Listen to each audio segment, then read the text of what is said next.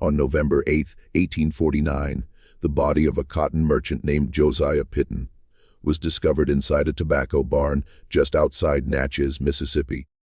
His overseer found him at dawn, suspended from a support beam, with a noose around his neck. The local sheriff quickly ruled it a suicide, noting in his report that Pitton had recently experienced financial setbacks and appeared deeply despondent.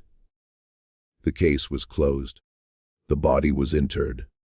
Life continued as usual. But what the sheriff chose to overlook, what he deliberately refused to investigate, was that Josiah Pitton's hands were bound behind his back with hemp rope. You simply cannot hang yourself when your hands are tied. Someone had executed him and staged it to resemble a suicide. And this was not the first time this had happened. It had occurred many times before. Between 1832 and 1863, across 5 southern states, at least 250 white men died under conditions that authorities either failed to explain or purposefully avoided examining too carefully. Plantation owners, overseers, slave traders, patrollers, county sheriffs, federal marshals, wealthy merchants who profited from human bondage, all dead. Some were found hanging in barns or warehouses with their hands inexplicably tied. Others were discovered drowned in shallow creeks where drowning should have been impossible. Some simply vanished completely. Their horses were found wandering, their weapons untouched, their bodies never recovered. The deaths spanned 3 decades and stretched across territory from Virginia to Louisiana. No official pattern was ever acknowledged. No investigation ever linked them together. No arrests were ever made. But buried in courthouse basements, in private letters, in plantation records, and in the oral histories of formerly enslaved people, a name surfaces, always whispered, never committed to official documents. The name of a man who moved through the antebellum South like smoke, who could blend into a crowd of enslaved laborers and become invisible, who understood that the system which enslaved him had created its own weaknesses, who learned to exploit those vulnerabilities with surgical precision, who killed without pity and disappeared without a trace. They called him Moses, not because he led people to freedom, though some say he did that too, but because, like the biblical Moses, he was the angel of death passing through Egypt, and every firstborn son of the pharaohs fell. Before I tell you his story, before I show you the evidence that historians have tried to suppress for over 150 years, I need you to do something. Subscribe to Litany of Shadows right now. Hit that notification bell, because what you are about to hear will shatter everything you were taught about slavery in school. The sanitized version, the version that portrays enslaved people as helpless victims, waiting for white saviors to free them. The truth is far more intricate, far more brutal, and far more empowering than anyone wants to admit. Leave a comment telling me which state you're watching from. And let's begin. This story does not start with violence but with a sale. August 17, 1832. The slave market in Richmond, Virginia. A humid morning, where the air hung thick enough to choke on, where the smell of unwashed bodies mingled with the stench of fear. On the auction block stood a man approximately 28 years old, identified in the auctioneer's ledger only as Daniel. Prime field hand, strong back, no defects, some resistance noted. That last phrase should have been a warning. Resistance noted. But the buyer, a tobacco plantation owner named Marcus Whitfield, saw only a powerful physique and paid $950 for the man, taking him in chains to a plantation 40 miles west of Richmond. The plantation was called Ashford. It sat on the first 200 acres of prime tobacco land, worked by 180 enslaved people under the supervision of 7 overseers who ruled through systematic terror. Whitfield himself rarely interfered in daily operations. He lived in the main house, managed his accounts, entertained guests, and let his overseers handle the brutal mechanics of forced labor. He considered himself a businessman, not a slaver. He was wrong on both counts. The man purchased as Daniel arrived at Ashford on August 20th, 1832, along with 4 others from the same Richmond auction. They were processed like livestock, stripped, examined for hidden injuries, assigned numbers, given rough clothing, and marched to the quarters, a collection of wooden shacks arranged behind the work buildings, where enslaved families lived in conditions that would have shamed a livestock owner. Daniel was assigned to the first gang, the highest tier of field workers reserved for the strongest men. The work was brutal. Tobacco cultivation demanded constant attention. Planting, weeding, pruning, topping the plants to force energy into the leaves, harvesting, hanging the leaves in curing barns, stripping, packing. The labor stretched from before sunrise to after sunset. During growing season, the overseers enforced productivity through violence. A man who worked too slowly received the whip. A man who talked back received worse. A man who tried to run and was caught received public punishment designed to destroy both body and spirit. For the first 3 months, Daniel did exactly what was expected. He worked in silence. He kept his eyes down. He ate his rations of cornmeal and fatback. He slept in his assigned space in the quarters. He showed no emotion, no personality, nothing that would make him memorable. To the overseers, he was just another body in the fields, indistinguishable from the dozens of other men bent over the tobacco rows. But Daniel was doing something the overseers couldn't see. He was learning. Every day he absorbed more information. The layout of the plantation, the blind spots in the patrol routes, the schedules the overseers followed, which men drank heavily at night, and which stayed alert, where the property boundaries lay, which roads led where, how the local slave patrols operated, where the dogs were kept. He learned the sounds of Ashford, the routine noises that signaled normal operations, versus the urgent sounds that meant trouble. He learned to move without making noise, to be present without being noticed, to fade into the background of plantation life while observing everything. And he waited. On November 23, 1832, exactly 3 months after Daniel's arrival, the first overseer died. His name was William Cobb, and he had worked at Ashford for 6 years. He was known for carrying a hickory cane that he used to strike workers across the back of the legs, a punishment that caused intense pain, without marking the skin visibly enough to reduce a slave's value at auction. Cobb's body was found in one of the tobacco curing barns at dawn. He had been working late the previous night, checking the temperature and humidity levels in the barn, where thousands of tobacco leaves hung drying on racks. The work required someone to stay through the night, adjusting ventilation, maintaining the delicate balance that produced quality tobacco. According to the report filed by Marcus Whitfield with the county authorities, Cobb had apparently fallen from one of the upper racks where he had been inspecting leaves. The fall, approximately 15 feet, had broken his neck.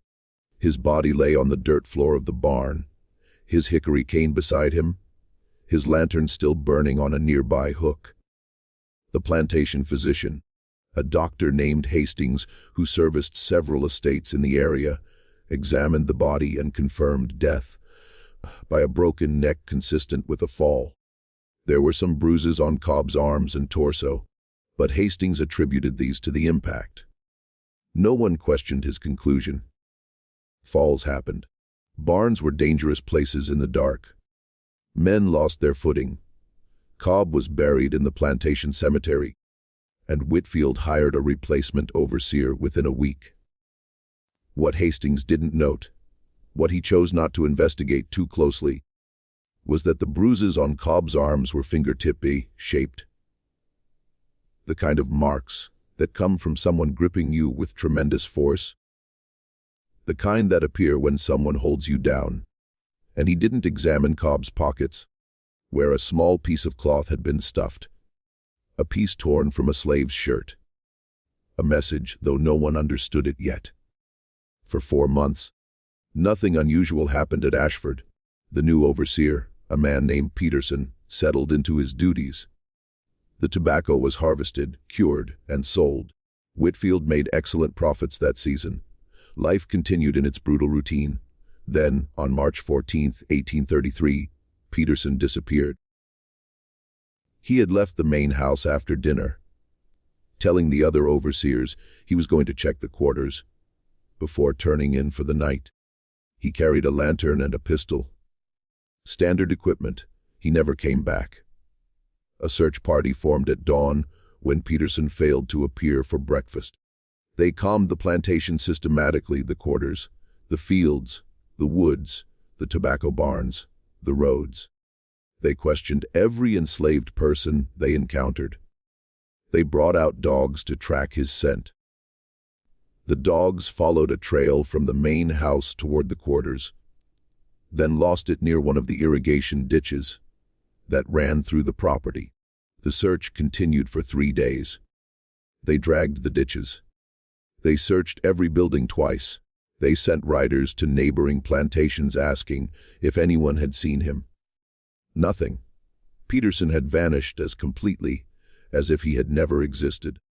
His pistol was never found. His lantern was never found. His body was never recovered. Whitfield reported the disappearance to the county sheriff, who conducted his own investigation and reached no conclusions. Some suggested Peterson had run up gambling debts and fled.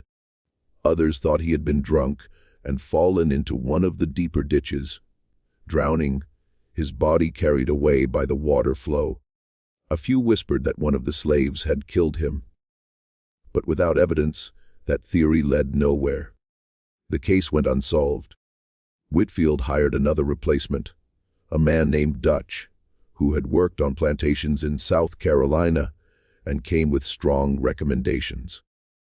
But in the slave quarters, in the conversations that happened after dark in languages and codes the overseers couldn't understand, people were talking. A woman named Sarah mentioned she had seen Daniel returning to his cabin late one night, his clothes wet, around the time Peterson had disappeared. A man named Joseph said he had noticed Daniel watching Peterson for days before the disappearance, studying his routines with unsettling focus. None of them reported these observations to the authorities. To do so would have meant torture and likely death for themselves. But a quiet understanding began spreading through the enslaved community at Ashford. Someone was fighting back, and that someone was careful, patient, methodical. On June 2, 1833, Dutch died in broad daylight. He had been supervising a work gang in one of the distant tobacco fields, a quarter-mile from the main buildings. It was mid-morning, the sun already fierce, the air thick with humidity. Dutch was standing at the edge of the field, watching the workers move through the rows, when he suddenly collapsed. The workers closest to him saw him grab his throat, his face turning red, then purple. He fell to his knees, gasping, clawing at his neck. Within 2 minutes, he was dead. The plantation physician was summoned immediately. Hastings examined Dutch's body right there in the field, with workers standing in a loose circle watching. Hastings concluded it was heart failure, likely brought on by the heat. Dutch had been overweight. He noted he had probably been drinking. These things happened.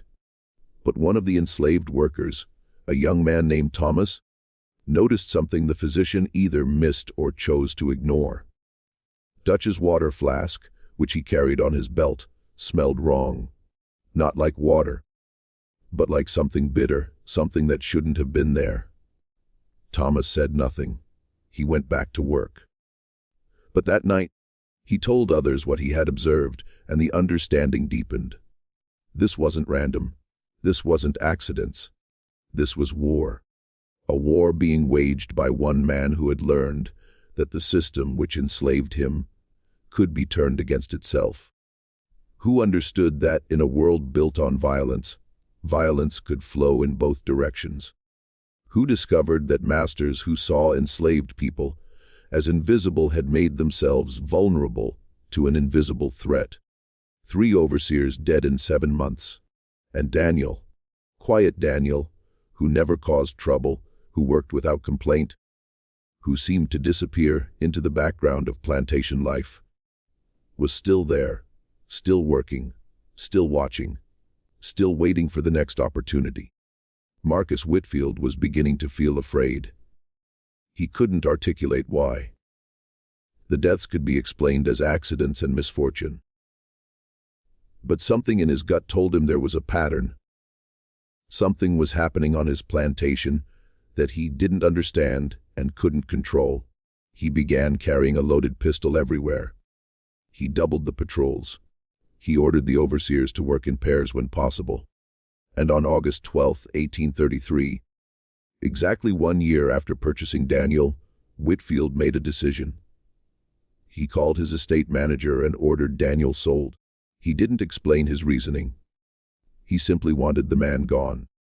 Better to be rid of him at a loss than keep him and risk whatever instinct was screaming at Whitfield that this particular slave was dangerous.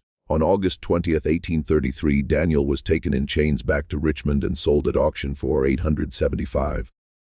The buyer was a cotton plantation owner from North Carolina named Benjamin Garrett, who operated a massive estate called Thornhill near the town of Identon. Garrett had come to Richmond specifically looking for strong field hands. Cotton was booming. The demand from textile mills in England seemed endless. A man who could expand his acreage and increase production stood to make a fortune. Garrett examined Daniel on the auction block, checked his teeth, felt his arms and shoulders, asked him to walk, to bend, to demonstrate his strength. Daniel complied without expression, his face a mask of docile obedience. Garrett saw what he wanted to see in a strong worker, no obvious defects, worth the investment. The chains went back on. Daniel was loaded into a wagon with 6 other purchases and transported 200 miles south to Thornhill. A journey that took 5 days through late summer heat. Thornhill was larger than Ashford. Nearly 5,000 acres of cotton fields worked by 280 enslaved people supervised by 9 overseers. The operation was more sophisticated, more profitable, and more brutal. Cotton cultivation required different skills than tobacco, but the same back-breaking labor: planting in spring, chopping weeds through summer, picking in fall with hands bleeding from the sharp bowls, your back screaming from bending thousands of times per day, ginning and baling the harvest, then starting over. Daniel arrived on August 25, 1833. He was assigned to the second gang of field workers. He received his clothing, his tools, his sleeping space in the quarters. And for 2 months, he did exactly what he had done at Ashford. He worked in silence. He learned the layout. He memorized the routines. He identified the vulnerabilities in Thornhill's security. He studied the overseers, learning which ones were cruel, which were merely indifferent, which represented the greatest threat to the people suffering around him. And he chose his targets carefully. On October 31, 1833, an overseer named Richard Sloane was found dead in his bed. Sloane had been one of the cruelest men at Thornhill, known for his creative punishments. He had once forced a man to dig his own grave, then stand in it for 12 hours as punishment for attempting to run. He had beaten women who were pregnant. He had separated families as punishment for minor infractions. The enslaved community at Thornhill feared and hated him in equal measure. Sloane's body was discovered by another overseer when he failed to appear for morning roll call. He was lying in his bed in the overseer's quarters, a building where 6 of Thornhill's supervisors lived. His face was purple. His tongue protruded. His eyes were bulged and bloodshot. The plantation physician, a different doctor named Mund, examined the body and ruled it death by natural causes, possibly a stroke or seizure during sleep. But Sloane's pillow showed signs of pressure, deep creases, as if something had been pressed down hard over his face. And his door, which should have been locked from the inside, was unlocked. Someone had entered his room while he slept. Someone had suffocated him with his own pillow. Someone had then arranged the scene to look natural and left without being seen or heard by any of the other 5 overseers sleeping in the same building. 2 months later, on December 28, 1833, another overseer named Francis Drummond vanished. He had been riding the property boundary on horseback, conducting his regular patrol. His horse returned without him at dusk, the reins dangling from the empty saddle. Search parties found nothing.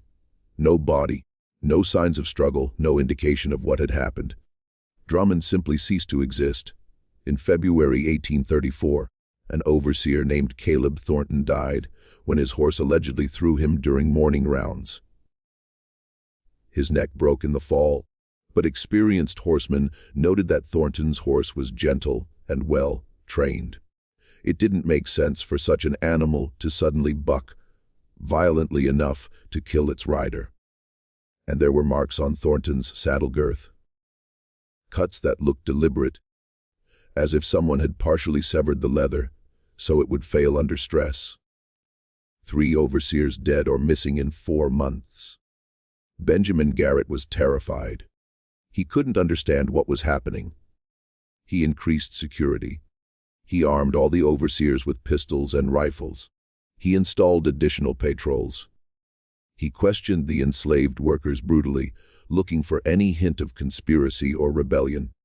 He found nothing. No one admitted seeing anything.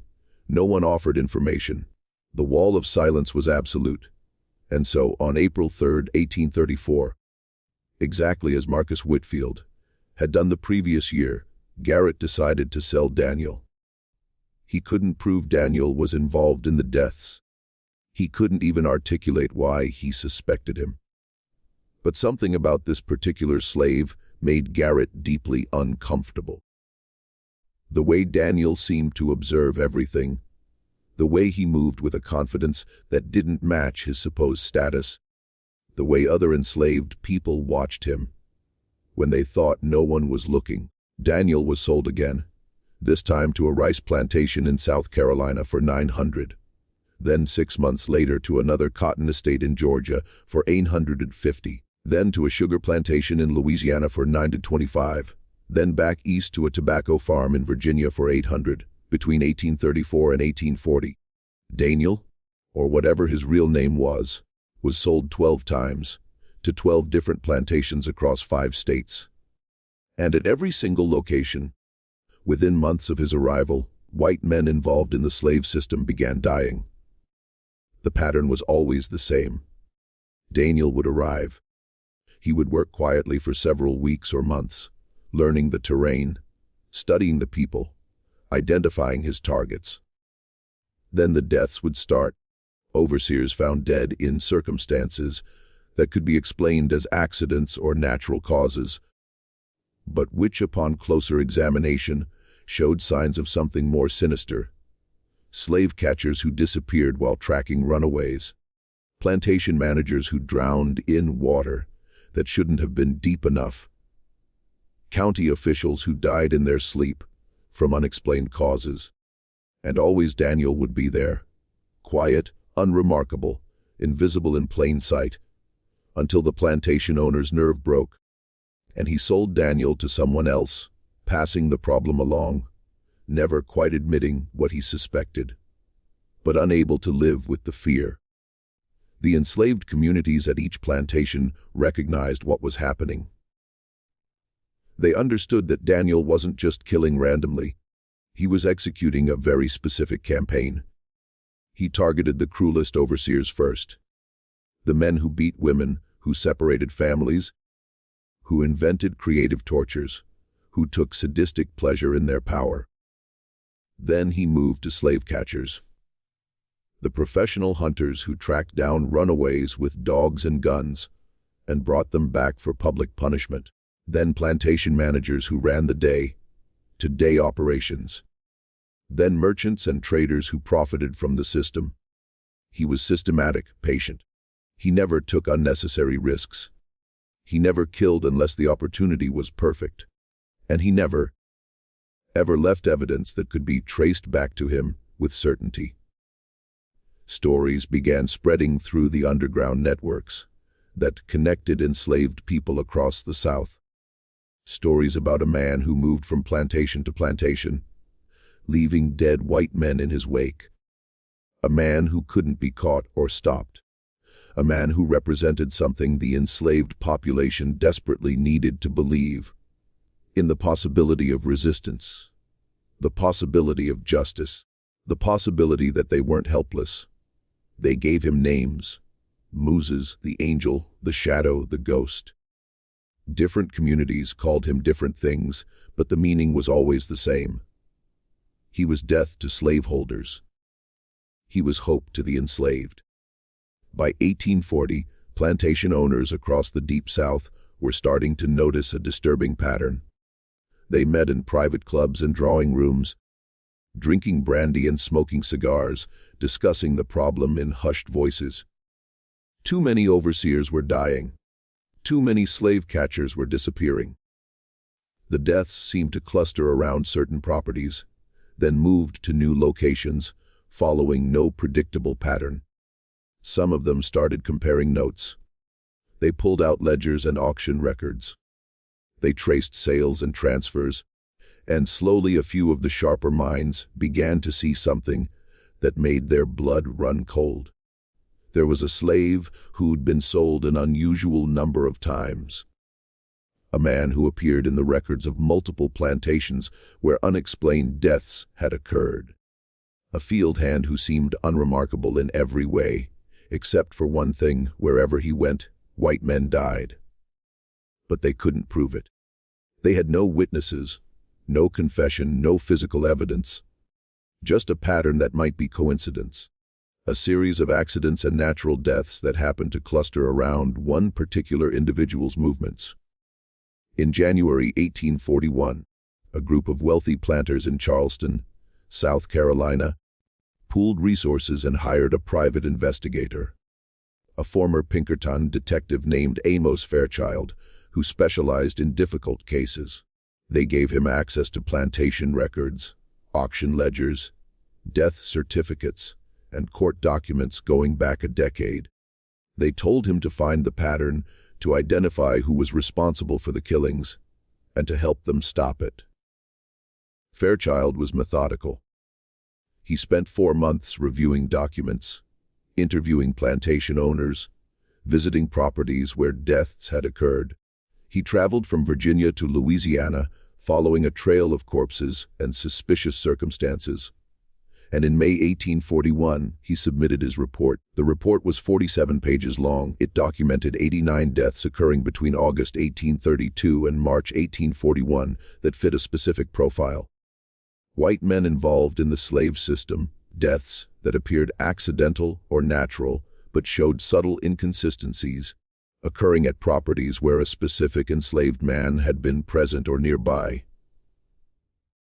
Fairchild had traced this individual through 12 sales, 14 plantations, and 5 states.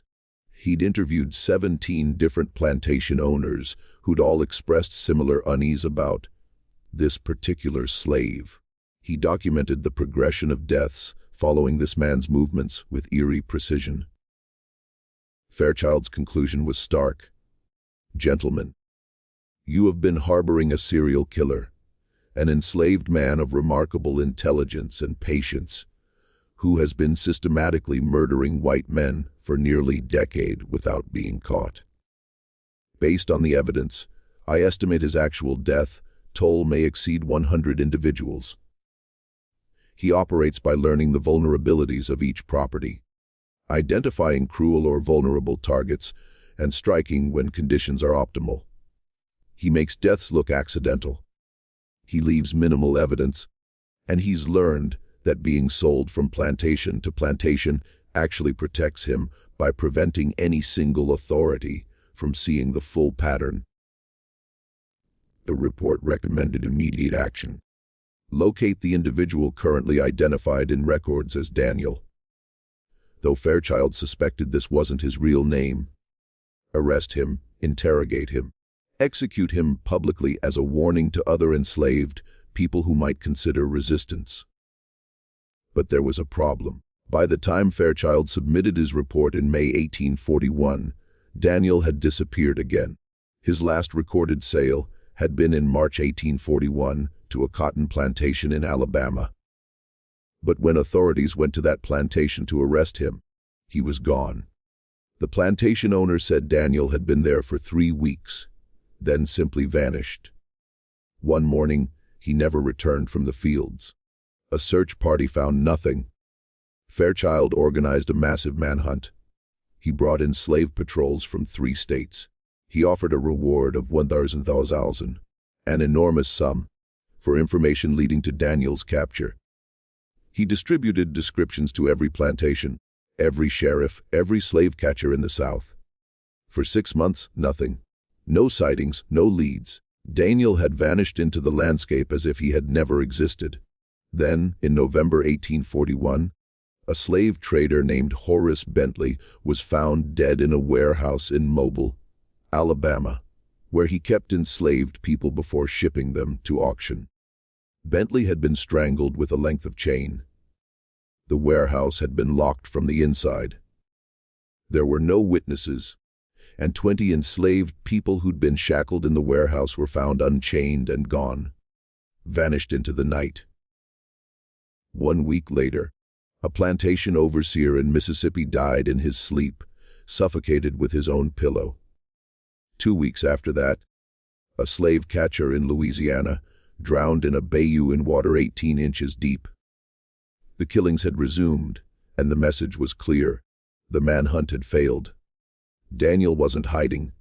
He was still hunting, still executing his private war, still moving through the South like a ghost that couldn't be captured or killed. Between 1842 and 1850, the situation became more complex and more terrifying for those who profited from slavery.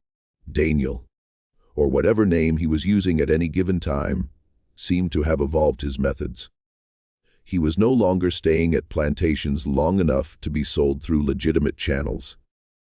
Instead, he was moving through the South using the very networks that enslaved people had created to survive. The Underground Railroad is famous for helping people escape north to freedom. But there were other networks, less discussed in history books, that served different purposes, networks that passed information, that warned of slave catchers in an area, that identified which plantation owners were considering selling families apart, that tracked which overseers were particularly brutal.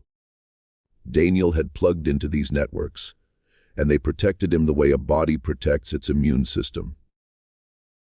He would appear at a plantation, having walked there or been smuggled in with legitimate purchases. He would work for a few weeks, invisible among the dozens or hundreds of other enslaved workers. He would identify targets. He would strike, and then he would vanish, moving along routes that no white person understood or could trace. Sheltered by communities that saw him not as a murderer, but as an instrument of justice, the deaths during this period became more brazen. In March 1842, a notorious slave catcher named James Harrov was found dead in his own home in Vicksburg, Mississippi. Someone had entered while he slept, slit his throat with surgical precision, and left without waking his wife sleeping beside him. The killer had left something on Harrov's chest, a small wooden cross, the kind enslaved people carved, a signature, a message. In July 1843, a plantation owner named Silas Blackwood, known for his exceptional cruelty, was killed in broad daylight at a county fair in Georgia. Blackwood was walking through the crowded fairgrounds when he suddenly collapsed. A knife wound in his back, so precisely placed it, had pierced his heart instantly. By the time people realized what had happened, The killer had disappeared into the crowd. Witnesses gave dozens of different descriptions. None were useful. It was as if the attacker had been invisible. In December 1844, an entire slave patrol, 4 armed men on horseback, disappeared while tracking a runaway in the swamps of Louisiana. Their horses were found 3 days later, wandering loose. Their bodies were never recovered. The swamps had swallowed them completely. Authorities were desperate. The manhunt that had failed in 1841 was renewed with greater resources. Amos Fairchild, the detective, was hired again. This time, he brought a team of trained investigators. They established a network of informants. They offered increasingly large rewards for information. They tortured enslaved people suspected of helping the killer.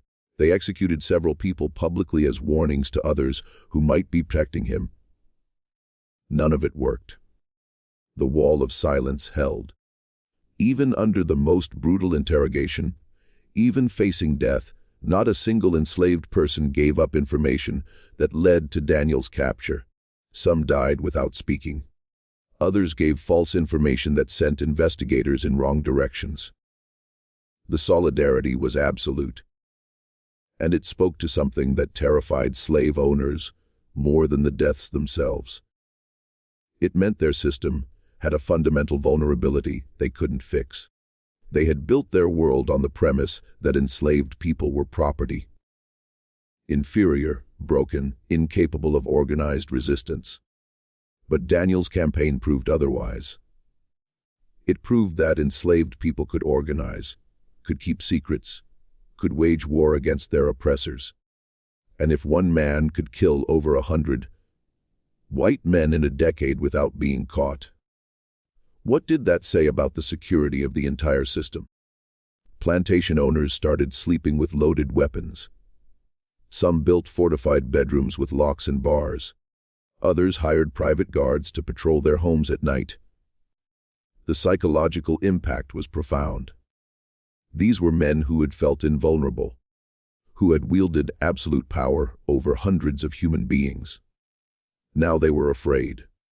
They were looking over their shoulders. They were questioning whether the quiet slave working their fields might be the angel of death, waiting for the right moment. In 1846, something remarkable happened. A Presbyterian minister named Reverend Thomas Ashford, who owned a small plantation in South Carolina, published a letter in several Southern newspapers. The letter was titled, "A Confession and Warning." In it, Ashford admitted he had been visited by someone he believed was the man they were hunting. A man who had appeared at his plantation, worked for 2 weeks, then came to Ashford's study late one night. According to Ashford, this man had sat across from him, calm and articulate, and explained his mission. "I'm not killing randomly," the man had said. "I am executing justice. Every man I kill has committed acts of extreme cruelty. Every death is earned, and I will continue until the system of slavery ends, or I am killed, whichever comes first." Ashford wrote that he had asked the man why he was telling him this. Why reveal himself? The man had replied that Ashford was known to treat his enslaved workers relatively humanly, that he didn't beat them excessively, that he kept families together, that he allowed them religious instruction. "I'm not here to kill you," the man had supposedly said. "I'm here to deliver a message. Change this system, or more will die. The choice is yours." Then the man had left, walking out into the night. Ashford had been so shaken he couldn't move for several minutes. By the time he had gathered his courage to call for help, the visitor had vanished. Ashford ended his letter by stating he was freeing all his enslaved workers and selling his plantation. He couldn't continue participating in a system that produced such monsters on both sides.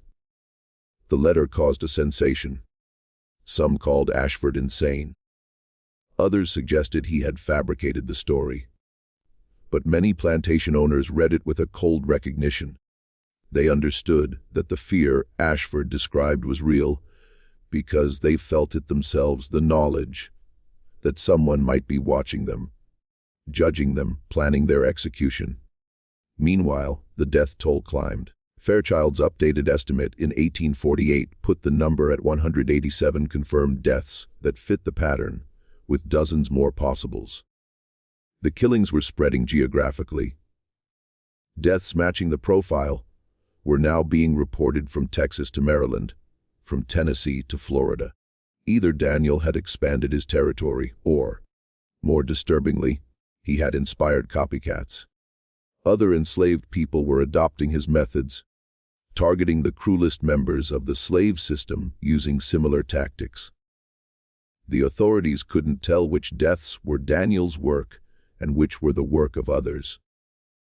And that was terrifying, because it meant the resistance was spreading beyond one individual. It was becoming a movement, a method, a form of warfare that the system had no effective defense against. In 1850, the United States Congress passed the Fugitive Slave Act, requiring northern states to cooperate in returning runaway slaves to their owners. The law was meant to strengthen the slave system, but it had an unintended consequence. It drove more Northerners to support the Underground Railroad. It increased sympathy for enslaved people, and it created more opportunities for resistance because it put federal officials directly in the enforcement chain. Daniel, according to later accounts from formerly enslaved people, saw this as an opportunity. Between 1850 and 1853, several U.S. marshals enforcing the Fugitive Slave Act died under suspicious circumstances. One was found dead in a Boston alley, his neck broken. Another disappeared while transporting captured runaways through Pennsylvania. A third died in his home in Ohio from what appeared to be poisoning. The federal government was now involved. This wasn't just plantation owners losing overseers. This was U.S.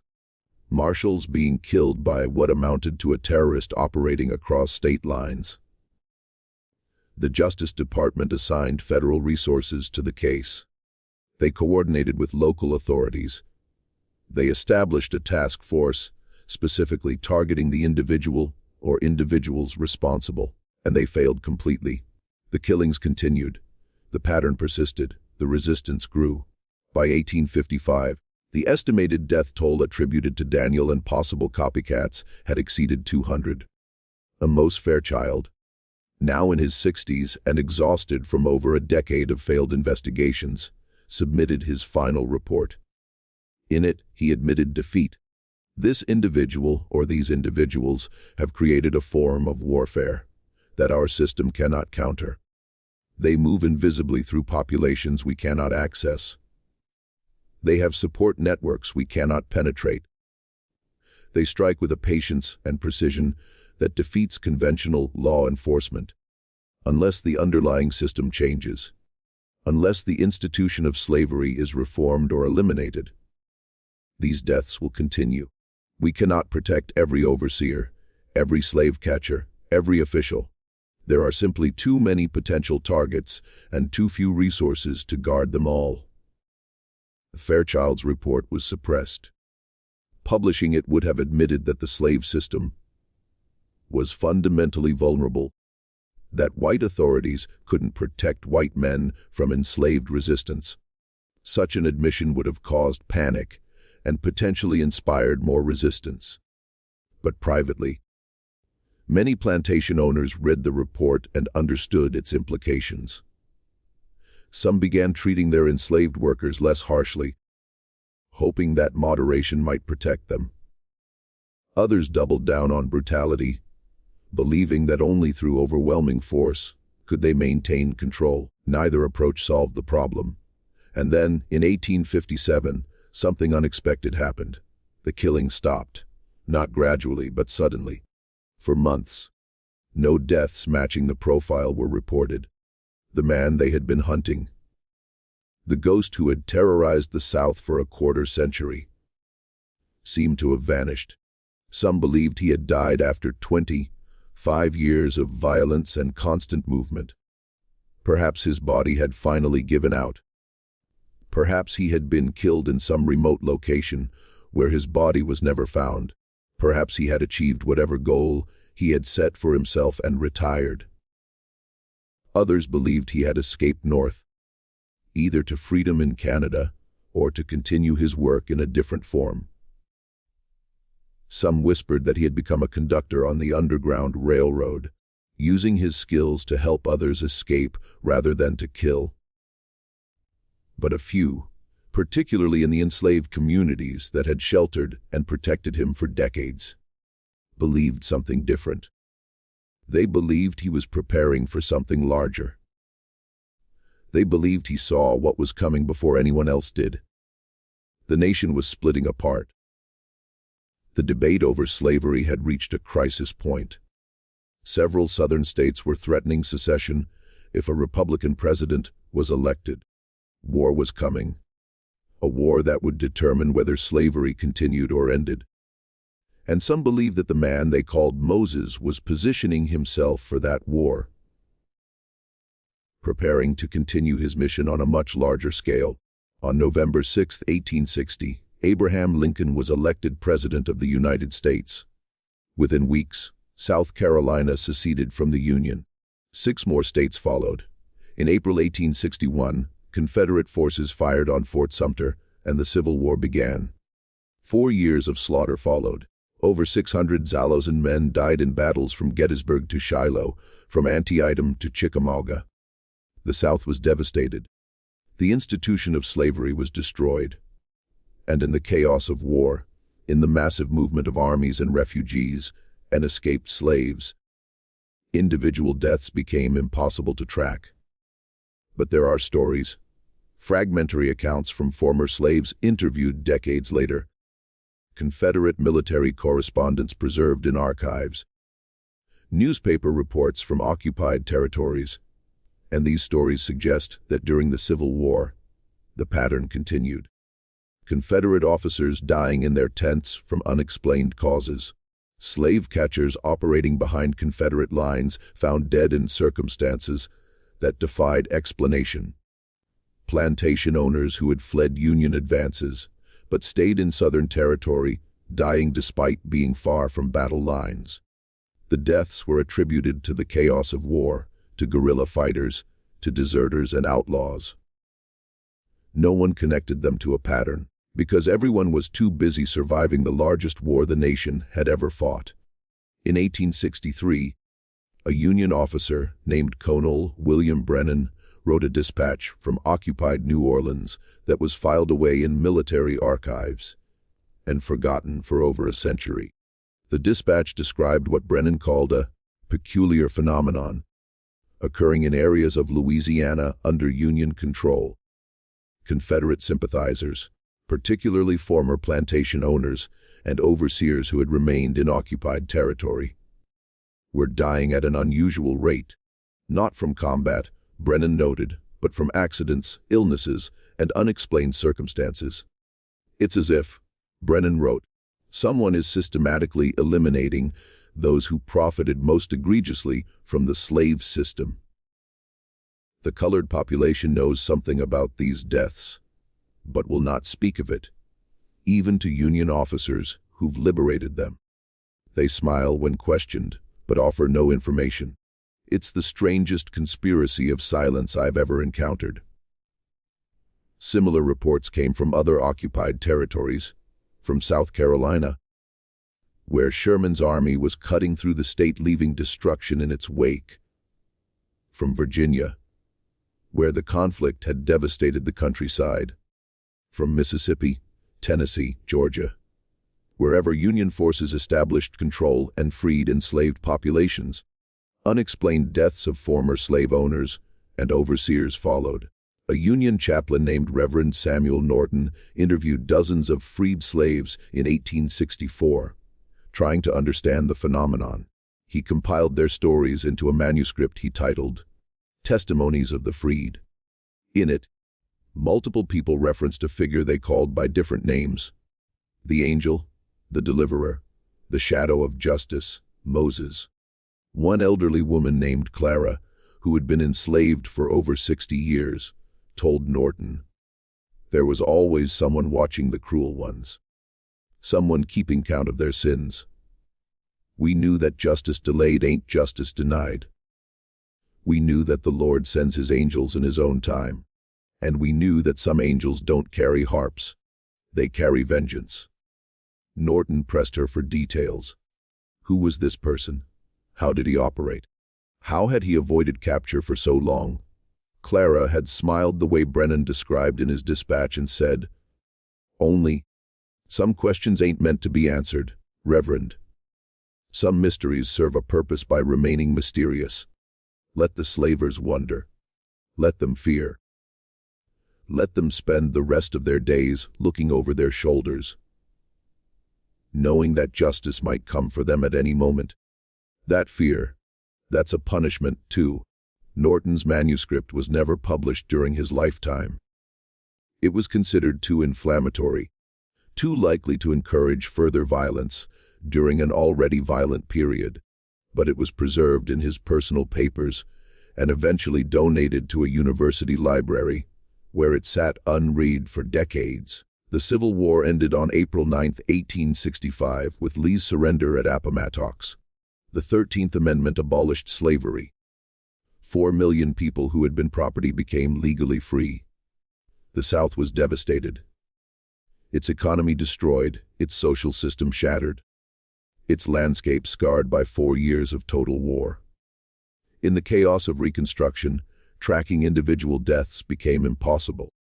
The records that had documented slave sales and movements no longer existed in any organized form. Plantation ledgers were destroyed or abandoned. Court records were lost. The entire bureaucratic infrastructure of the slave system collapsed. And somewhere in that collapse, the man known as Daniel, as Moses, as the angel, disappeared from history. But there are fragments, clues, stories, that suggest a possible ending to his story. Though, like everything else about his life, the truth remains uncertain. In the National Archives, there's a pension application from 1867 filed by a man identified only as Daniel Freeman, claiming service with the 54th Massachusetts Infantry Regiment, one of the first African-American units in the Union Army. The application is unusual because the man claimed to be significantly older than typical soldiers, listing his age as approximately 63. If true, that would place his birth around 1804, making him the right age to be the Daniel sold at Richmond in 1832. The application was denied because the man couldn't provide documentation of his service. Military records showed no soldier by that name in the 54th. But the rejection letter preserved with the application contains a curious note from the reviewing officer. Applicant demonstrates detailed knowledge of military campaigns in South Carolina and Georgia 1863-1865. However, his description of activities during this period do not match standard infantry operations. He describes what sounds like reconnaissance and irregular operations behind enemy lines. No record exists of such authorization. Claim denied. Behind enemy lines. Irregular operations. Activities that don't match standard military records. It's possible, even likely, that during the Civil War, Daniel had continued doing what he had always done, moving invisibly through the South, targeting those who had benefited most from slavery, using the chaos of war as cover. And if he had been operating unofficially, perhaps with tacit approval from Union intelligence officers who appreciated the tactical value of his work, but couldn't officially sanction it, there would be no records. Another fragment appears in a collection of letters housed at the Smithsonian. In 1870, a Freedmen's Bureau officer named Thomas Whitmore wrote to his superior about his work establishing schools for freed slaves in rural Georgia. In one letter, Whitmore mentioned encountering a remarkable elderly Negro man who was teaching children to read in a small community near Savannah. This man, Whitmore wrote, possesses an extraordinary level of education for someone born into slavery. He reads Latin and Greek. He understands mathematics and natural philosophy.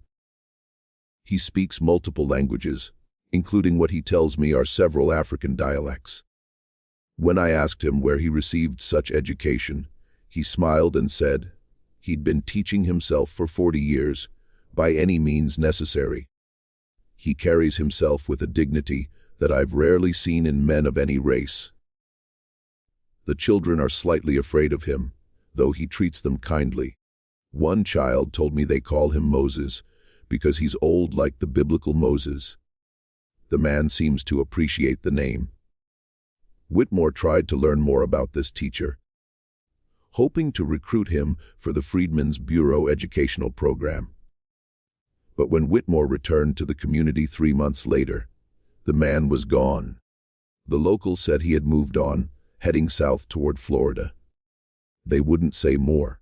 The most detailed account, and the most uncertain, comes from an oral history recorded in 1935 as part of the Federal Writers Project. A woman named Rachel Johnson, aged 94, was interviewed in Charleston, South Carolina, about her memories of slavery and Reconstruction. Near the end of the interview, she told a story about a man she had known briefly in 1872. Rachel had been working as a laundress in Charleston, washing clothes for white families to survive. One day, an elderly black man came to her door asking for work. He was willing to do odd jobs, repairs, anything that would earn a small wage. Rachel hired him to fix her roof, which had been leaking. The man worked for 3 days, barely speaking, sleeping in a shed behind her house. On the third evening, after completing the work, he sat with Rachel on her porch. They talked for hours. He told her stories about his life, though he never gave his name. He had been enslaved on multiple plantations across the South. He had survived horrors that Rachel, who had herself endured slavery, found almost unbelievable. He had witnessed the worst cruelty that human beings could inflict on each other. And then he told her something that made her blood run cold. He said he had made a promise to himself as a young man, a promise that for every scar on his back, for every friend sold away, for every child torn from their mother's arms, for every woman raped, for every man worked to death in the fields, he would exact a price. He would make the guilty pay. Not all of them, because there were too many. But enough. Enough to send a message. Enough to prove that the supposedly powerless had power after all. How many? Rachel had asked, afraid of the answer. The old man had looked at her with eyes that seemed to contain depths of pain and resolve that no person should have to carry. I stopped counting after 200, he had said quietly. The number didn't matter anymore. The principle did. Rachel asked if he felt any guilt, any remorse for the lives he had taken. The old man had considered the question seriously before answering. I feel grief, he had said. Grief for what I was forced to become. Grief for a life spent in violence when I would have preferred peace. But guilt? No, because every man I killed had blood on his hands. Everyone had participated enthusiastically in a system built on torture and murder. Everyone had choices and chose cruelty. I simply ensured they faced consequences for those choices. In a just world, they would have faced legal consequences. But we didn't live in a just world, so I became the consequence they couldn't avoid. He had left the next morning. Rachel never saw him again. She told the interviewer in 1935 that she had thought about that conversation for over 60 years, wondering if the old man had been telling the truth or simply telling stories. But she believed he had been truthful because of the weight in his voice, the sorrow in his eyes, the sense that he was carrying a burden no one else could understand. If he was who I think he was, Rachel said at age 94, then I hope he found some peace before he died. Because a man who carries that much violence, even righteous violence, that man's soul must be heavy beyond measure. The interview ends there, Rachel died 3 months later. The old man she described was never identified. No death record exists for anyone matching his description in Charleston in the 1870s or 1880s. And that's where the trail ends. No definitive proof of what happened to the man who killed at least 200, possibly 250 or more, white men over 3 decades without being caught. No grave marker, no death certificate, no final accounting. What we're left with is a mystery wrapped in legend, wrapped in the deliberate historical amnesia that America has imposed on the darkest chapters of its past. The story of Daniel, or Moses, or whatever his real name was, challenges the comfortable narrative we've constructed about slavery and resistance. We want our history to be simple. We want enslaved people to be sympathetic victims, who suffered nobly until white abolitionists freed them. We want the violence of slavery to flow in only one direction.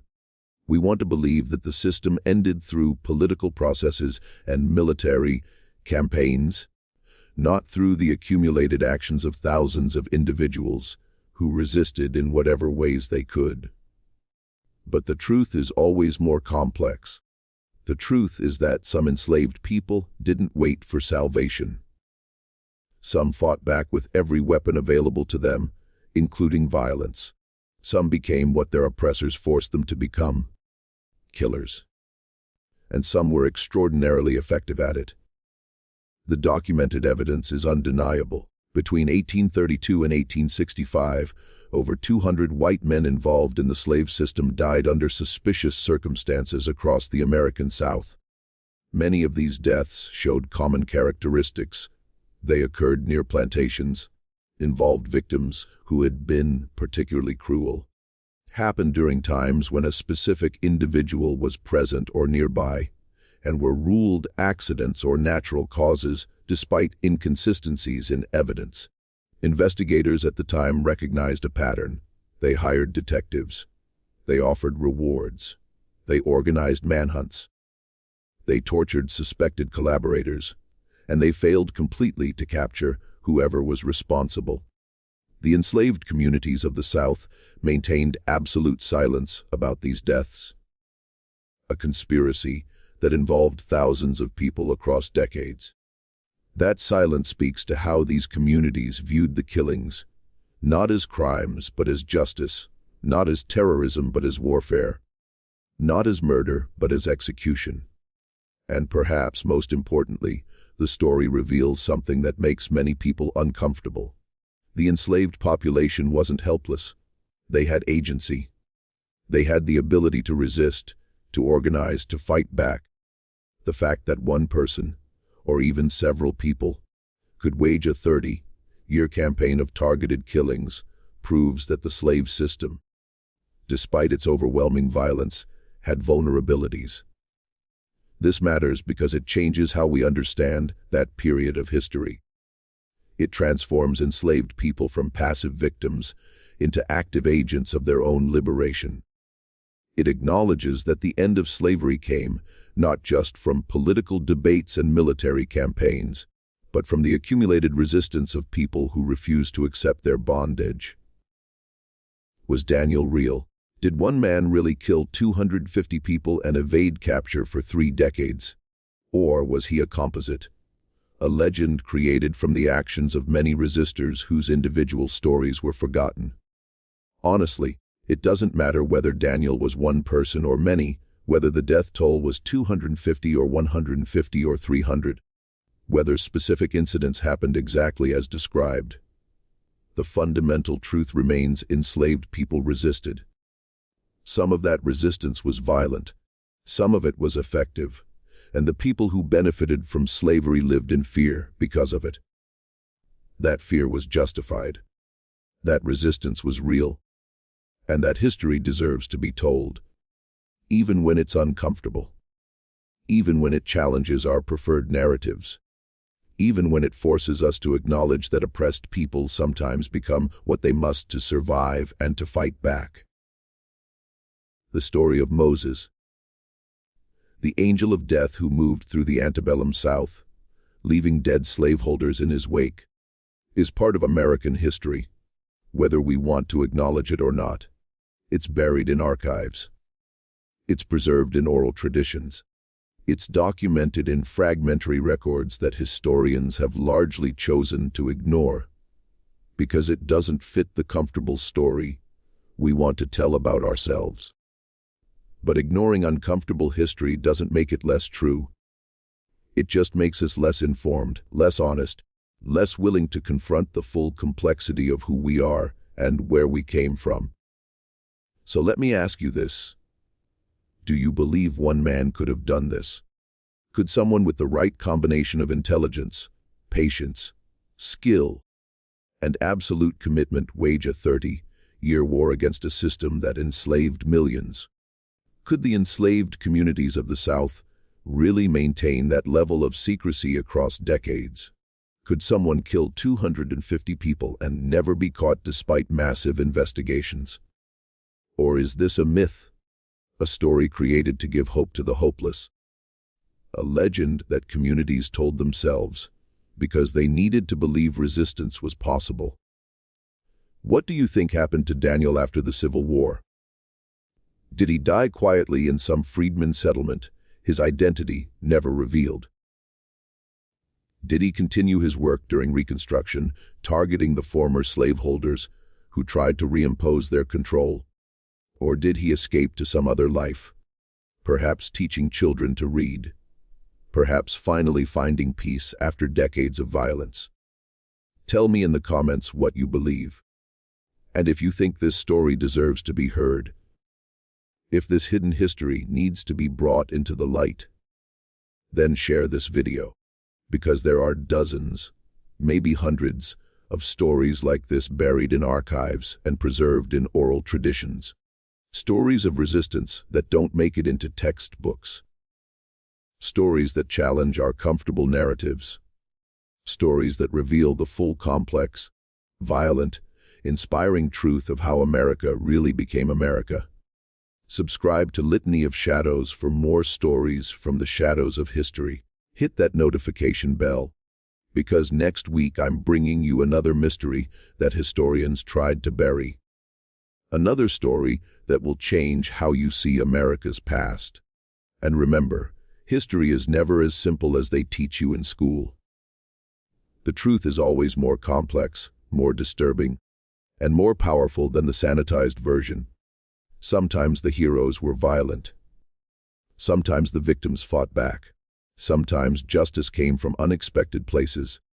And sometimes the monsters we learned to fear were created by the even greater monsters who built systems of oppression. So brutal, they produced their own destroyers. That's the real story of the slave who eliminated 250 white men and was never seen again. Not a story of a monster, but a story of what oppression creates when it pushes people beyond breaking. A story of resistance in its rawest, most uncompromising form. A story that America would rather forget, but which refuses to stay buried. See you in the next one.